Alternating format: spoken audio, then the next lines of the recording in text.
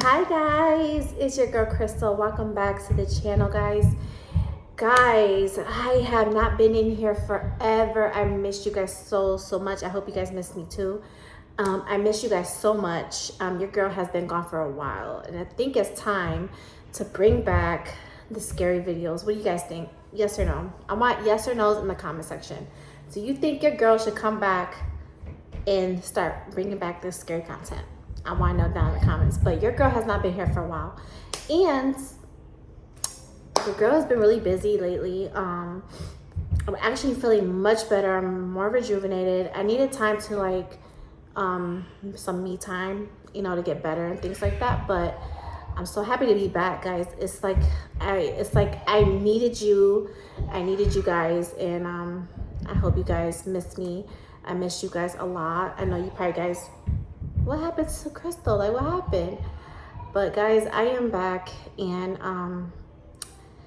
it doesn't feel real. But yeah, your girl has been really busy lately, packing and things like that, because I literally, guys, I have 84 days left until I move. I'm not gonna spill the beans right now. Maybe I'll probably like ease into it as it gets closer, guys, because it's still like 2.5 months left, and I'm super excited because 2025 has so much blessings coming up, and I'm super excited. I'm actually very excited about 2025, guys. It's gonna be nothing but joy, peace, prosperity, you know, different changes, different lifestyles and everything like that. So I'm super excited. I just can't tell you, like, I'm overjoyed, but I'm also like my anxiety is like really like kicking in because it's like it's getting closer, and all I really have left is, you know, the holidays, and then January hits, and then that's it, guys. Then I move on February 1st. So I am super anxious and I'm super excited at the same time. But we're gonna get right into this video, guys. We are coming back with camping moments, scary camping moments that people have been experiencing. And you know, camping is not my thing, guys. So we're gonna see what these people have been going through. I think camping is a very scary thing, especially if you're by yourself and you don't know what to expect. Like, there's anything in the woods, you know, you don't know. You never know. And it's crazy that people actually do this for a hobby or just do it for fun. It doesn't really matter, because the last video I posted, there was stuff happening with a group of people. So it's like, okay, so you really can't go camping by yourself, and you really can't go with a group of people without something happening, right? So we're gonna see what this video has to offer, and we are gonna get right into it, guys. All right, guys, here we go. If I can start it. Hold on, guys. Camping, stealth camping, and woodland camping trips in the UK for almost 10 years. Most of the channel's videos feature Daniel reviewing camping gear for his viewers and showing footage of his adventures in the great outdoors. For the most part, they're pretty tame, but in August 2023, he uploaded a video of his camping trip in the woodlands close to his home, and the footage is pretty disturbing. The first part of the video pretty much just shows Daniel walking through the woods and talking to his subscribers, eating berries, and pointing out the sights on the way to the campsite. At several points along the way, he pauses to mention the footprints and garbage he sees lying on the trail, indicating other people had been there in the last few days. Someone's been here. A lot of rubbish around here. I love his accent. Oh, guys with an accent. Yeah, look at the state of this. Does get used, doesn't it? He sounds like he's Australian too. After about a 20-minute walk, he sits down in a clearing where he plans to set up camp for the night and leans back on a tree to eat his noodles as he talks to the camera. It's not until around 25 minutes into the video that things start to get seriously disturbing for Daniel. I'm going to be out Friday night, but I'm going away Saturday, so I've got a bit of a drive as well, so I didn't want to be tired. And it's going to throw it down Friday night as well. And rain camping is really good. See right there. See right there. The footsteps is what's getting to me. Like, they're so loud. Like, what the heck is that?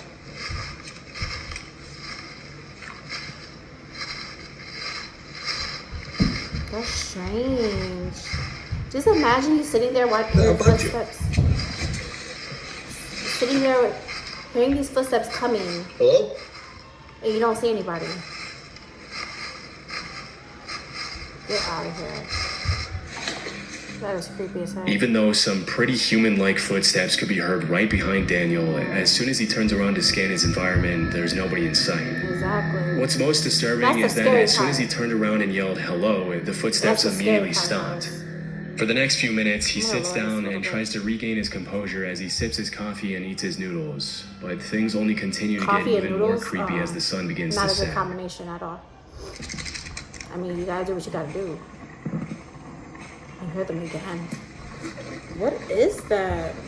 I would have been freaked out. Oh yeah, I would have did that too. Threw that noodles right at that There's that person. noise again now. The craziest part, there's like no one in sight. That's the creepy part about it. Hello? You got to better hear that. Oh, I hear it. There's nobody here. About 40 minutes into the video, the footstep noises can be heard again, and this time it sounds like they're getting closer to Daniel. By this point, most people would have hightailed it out of there without any hesitation, but Daniel decides to sit back down to finish his dinner as he tries to calm his nerves for the second time. Amazingly, a few minutes later, it almost seems like he completely forgets about the footsteps and manages to think about less disturbing things, which is honestly pretty impressive. But as darkness sets in, the eerie footsteps start up again. Dude, he doesn't have no time. I'm going to be How can you honest. sleep like that? I can't stay here now. I'm going to be a wimp. I don't care if people call me a wimp in the comments. But I mean, they call you a wimp all I they can't stay here. want. I'm too unsettled. What? I'm nervous. I've done camping like this load of times. I think I'm gonna go find somewhere else to get this bivvy set up. But I'm leaving this spot. I would leave the woods in general. Understandably, after this third incident, Daniel decides to head somewhere else for the night to play it safe. It's hard to know what exactly was making those sounds, but because they sounded very similar to human footsteps, it's possible that Daniel was being stalked by someone in the woods. Yeah. This is obviously incredibly dangerous, as you can never really trust someone's intentions when you're in such a vulnerable position, all by yourself in unknown territory. It was either that or an animal walking through the grass, but because Daniel mentioned the grass was a little wet and wouldn't have made that dry sound if an animal stepped on it, this is pretty unlikely. Also, many people in the comments mentioned that no animal walks that uniform and steady.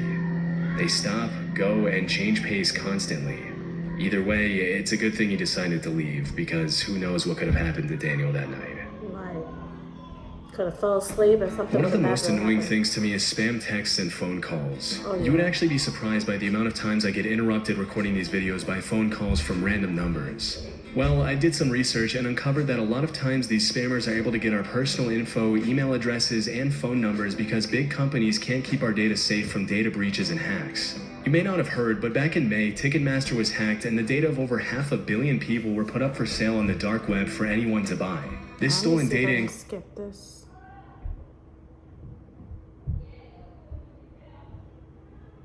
in Colorado, made up of almost entirely public land within the Pike National Forest. In the summer, you'll find lots of bikers enjoying the Rampant Range's elaborate trail system and exploring the great outdoors. For the most part, this part of Colorado is a paradise for anyone who enjoys spending time in nature. But over the past few years, there's been a pretty alarming trend on the rise, with random people setting up wires on trees at just about head height in an effort to seriously injure bikers on the trail. In 2019, a post describing this terrifying trend was uploaded to Facebook. And disturbingly, the uploader mentioned that one of his high school friends had lost his life as a result of running into a similar wire on a trail. Immediately, people jumped into the comments to point out how incredibly messed up it would be to do something like this, and how this kind of evil needs to be categorized as attempted murder if the suspects are ever caught. A couple of years before that post was made, in 2017, two motorbike riders uploaded a video to YouTube of their encounter with a similar wire, and although nothing happened to them, it was a very close call.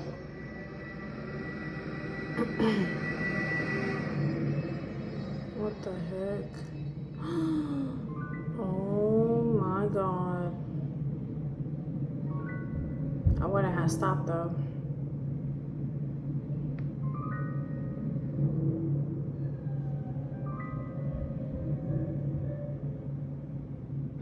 When these wires are set up off-trail, it can be hard to tell whether they were placed there out of malice or if a random camper or farmer placed the wires there to hang up clothes or something similar.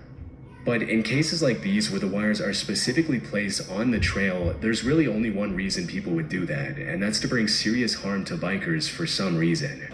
Possibly they're annoyed with the constant loud sound of the bikes near their property or something else.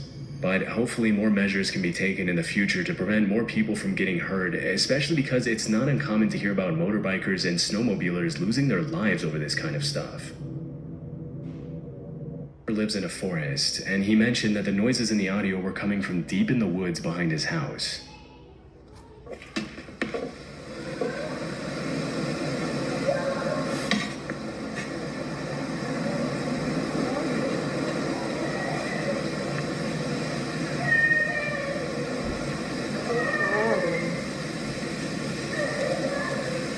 Sounds like a kid.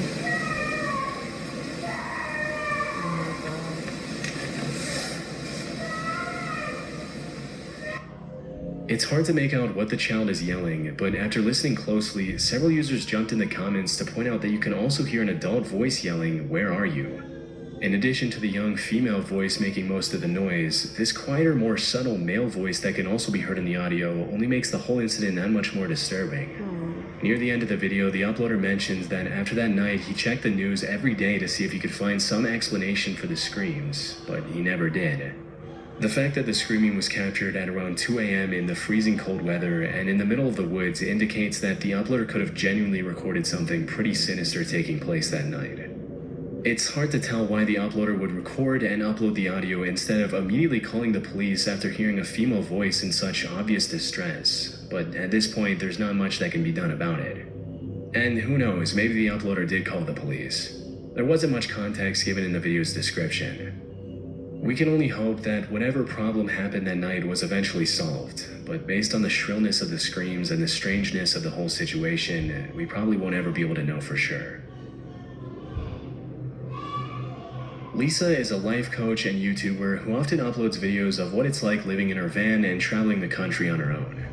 One afternoon in 2022, Lisa had parked her van on the side of the road and left the side door of her van open while she cooked her dinner inside, when suddenly a sketchy-looking guy approached her, poked his head in her van without her permission, and started asking her some pretty bizarre questions in French, a language Lisa doesn't speak. When she mentioned she didn't understand what he was saying, he pulled out a translator app to try to communicate with her, which obviously made her pretty uncomfortable, especially since she wasn't interested in talking to him in the first place after he invaded her personal space. Exactly. After watching the guy struggle to use Google Translate for a few minutes, Lisa decided she'd had enough and shut the side door in his face, also closing the curtain to make sure the guy got the hint. Strangely, for over half an hour, the guy then stood outside in the rain and tinkered with the translator app to try to communicate with Lisa, even after she made it more than obvious that she wanted nothing to do with him.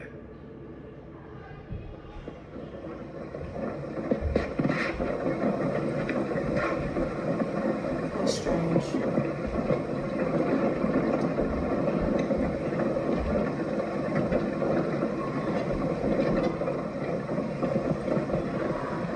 He just moved even closer so that I can't move out, so that I can't go forward.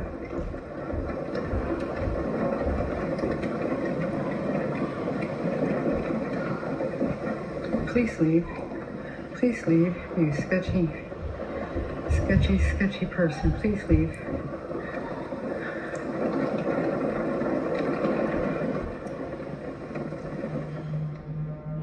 With a very shady demeanor, the man snuck into the bushes and pretty much just stalked Lisa from a distance, as if he thought she couldn't see him. As the sun began to set, Lisa kept an eye on the guy outside to make sure he didn't try to get close to her again, but the man just kept on bringing his car closer to her van and blocking her exit in different ways for more than half an hour. This guy is really starting to freak me out. It's been like a half an hour and he just keeps on moving his vehicle so he can see in my van here. Anyways, it's 7 o'clock, 7 p.m. Fortunately, just as darkness had begun to set in, a family in an RV pulled up right behind Lisa and spent the night in the same parking lot as her, which comforted her enough to stay there the entire evening. Disturbingly, the guy left soon after the other family arrived, but came back about 3 hours later in the dead of night to check if Lisa was still there. What the When he heck? saw the other family in the RV was also still in the parking lot, he left and didn't come back. The next morning, Lisa left early and never saw the guy again. It's hard to tell what the guy's exact intentions were, but based on his overall sketchy demeanor and questionable behavior, they couldn't have been anything good. The one thing we can be sure about is that it's a good thing the other family in the RV arrived at the parking lot when they did. Otherwise, who knows what the man would have done to Lisa. Yeah. 2014, an I Imager have user so uploaded a many blog post things where he to say talked about after the this time he went to video, visit a guys. friend in northern Germany. According to the uploader, his friend told him about these pipes that he had found in the woods near his house that stuck up out of the ground like periscopes. Apparently, his friend and his siblings played near the pipes as kids and knew that there were bunkers hidden below them, but their parents never allowed them to get near them out of concern for their safety. During the visit narrated in the blog post, the uploader and his friend decided to check out the pipes and finally go down into the bunkers that they never had permission to explore when they were younger, and they found some pretty disturbing stuff. A few hundred feet away from the trees, they found the entrance to the bunker covered with a loosely placed piece of wood that they easily removed with a crowbar. Once inside, all they could see were these long, seemingly endless hospital-like hallways that extended for thousands of feet under the woods. As they ventured further and further into the maze of tunnels, they found graffiti on some of the walls, indicating they weren't the first people to get the idea to explore the underground bunkers. To the That is some explorers' scary horror, one of the stuff. walls deep Just inside the tunnels had the imagine word "help" in German running graffitied into all something over like that. it. It's possible that it was just sprayed on there by another group of teens trying to be funny, but the eerie nature of the bunker coupled with the general state of disarray really makes you wonder if something more sinister took place down there at some point, possibly even written by German soldiers in the later parts of World War II. As they I'm traveled tired deeper of into it, the sorry. bunker, they found some more disturbing graffiti, with one of the eeriest messages reading, "Hello Satan, I love you." Obviously, that's not the kind of message you want to see in a tunnel system like this, but the two friends decided to keep on exploring anyway. After several hours down in the bunker, they ended up finding tons of more twisting, winding hallways, flooded rooms with old machines, and dark, narrow corridors that reached dead ends, but nothing more disturbing than the graffiti they had found a few hours earlier.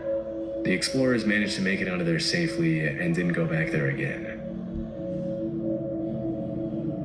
In the summer of 2016, reports started surfacing that people were finding dangerous booby traps along a very well-known hiking trail in the High Mountain Park Preserve in Wayne, New Jersey. As per the police reports, the traps mostly consisted of boards with nails sticking out of them, barbed wire, broken bottles placed along the trails behind or near rocks or logs, and other treacherous materials. As more and more complaints started coming in, police warned people to keep an eye out for the traps and even organized cleanup efforts to keep hikers safe during their treks. What's most disturbing is that these traps were clearly placed there to hurt people, as there's really no other reason to put nails and barbed wire on the ground in the middle of such a popular hiking trail. The fact that someone would take the time to get out on the trail, build a booby trap in such detail, and place it there with the intention to do harm to other people and their pets is honestly pretty messed up. But it didn't take the cops too long to make an educated guess as to who was behind the whole thing. Although they never found the individual suspects responsible for placing the traps on the trail, the sheriff's department determined that the traps had probably something to do with the feud between hikers and bikers who had been fighting over use of the trail for decades. According to many nearby residents, it's common for bikers on the trail to speed past the hikers without ringing their bells or announcing their presence, which has led to several injuries and rising tensions between the two groups over the years. Still, it's hard to imagine that someone would take the issue to the point of trying to harm an entire group of people so maliciously with such brutal.